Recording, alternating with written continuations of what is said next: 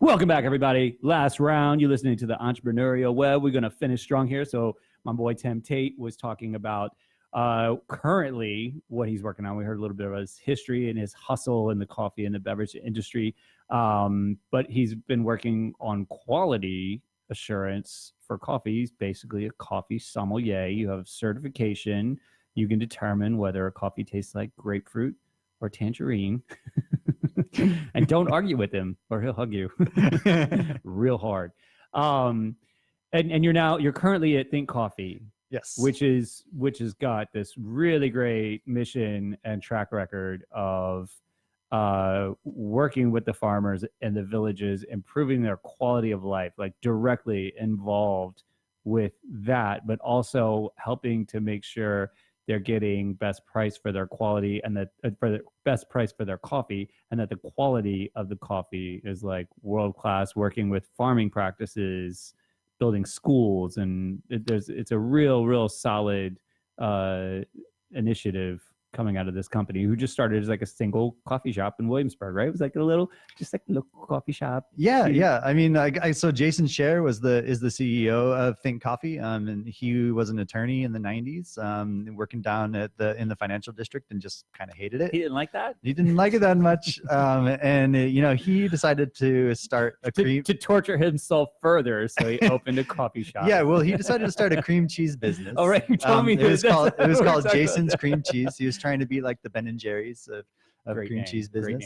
And so he had a walk-in in Williamsburg in his apartment, and he was making deliveries before he went to work as an attorney. And the Department of Agriculture loved that. I'm sure they did. Yeah. But I mean, that business didn't work out, but I think he met a lot of people in the coffee industry through that. And he decided to try his hand. So he opened a little coffee shop called Verb in Williamsburg, and for a number of years that was open, and then I think his rent jumped like 10 times or something like that. Sounds familiar. Yeah, and that was roughly 15 years ago or so, and he decided to start Think near NYU on Mercer Street. That's still our biggest, busiest location.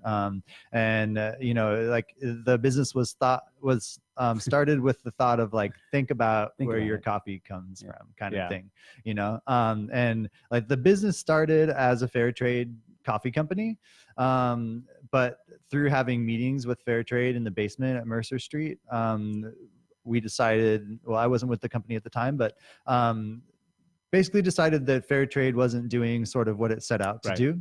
And so sometimes we take issues with certifications, because a lot of times people will see a little sticker on a bag and say, I'm going to buy that because that's a fair thing.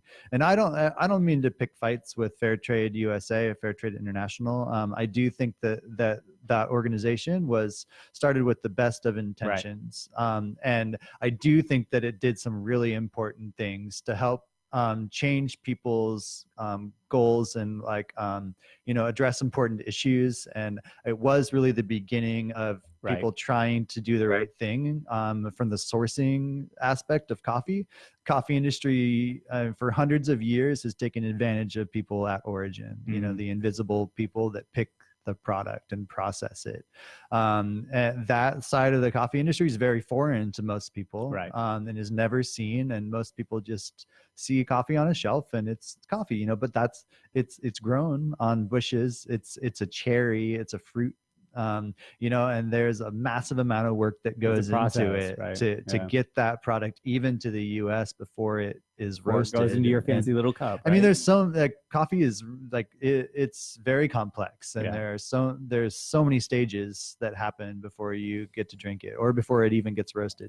And so we decided to start buying directly. We decided to start being an importing company about 10 years ago, and we felt like so we started paying twice as much as fair trade to farmers, which is great. Like fair trade, the price of fair trade, I believe, hovers around $1.40 per green pound of coffee, and that's not a ton of money. It's designed to help when the price of coffee crashes, and it's the price of coffee has crashed recently. And so most people in the world who grow coffee, there's like 5 million small farmers in the world for coffee. And most of those people have to pay about $1 per pound to produce that coffee. And so the price of coffee on the commodity market right now is right around that price.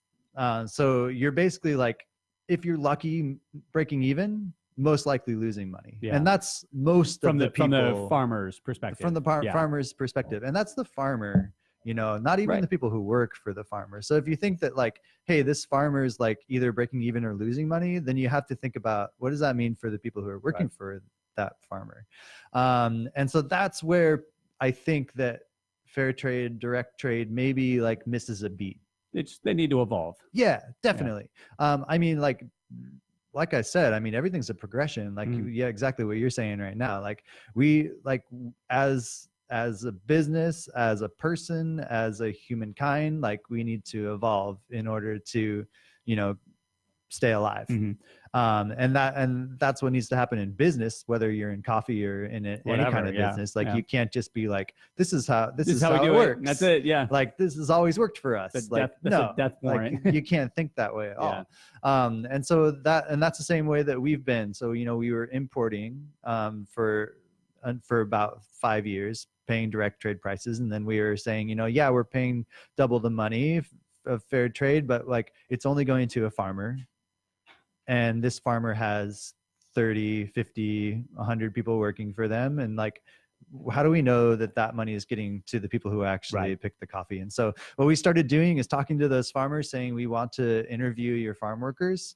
And so we interview as many farm workers as we can at each origin that we buy from. We buy from a very small amount of origins. And you're public about it too. We're trying to be extremely transparent, and we are trying to get more and more so very actively. Yeah. I think it's a good move.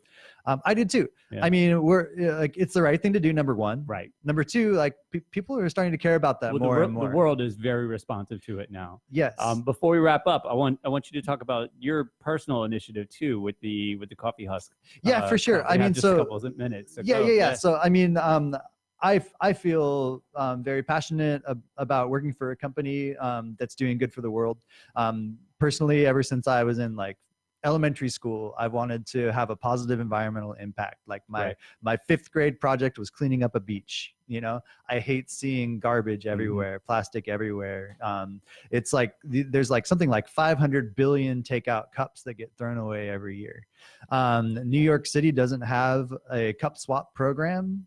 So in Australia, for example, there's a company called, I'm going to give them a little plug. They're called Husky Cup. Yeah. And the cups are made out of coffee husk. So it's a waste product at farm level. Then you take post-consumer plastic as well, put those two products together. You come up with a beautiful cup that wins design awards. And also in Australia, it's used at about 500 cafes in a swap environment. So you don't have to take your dirty cup home and wash it.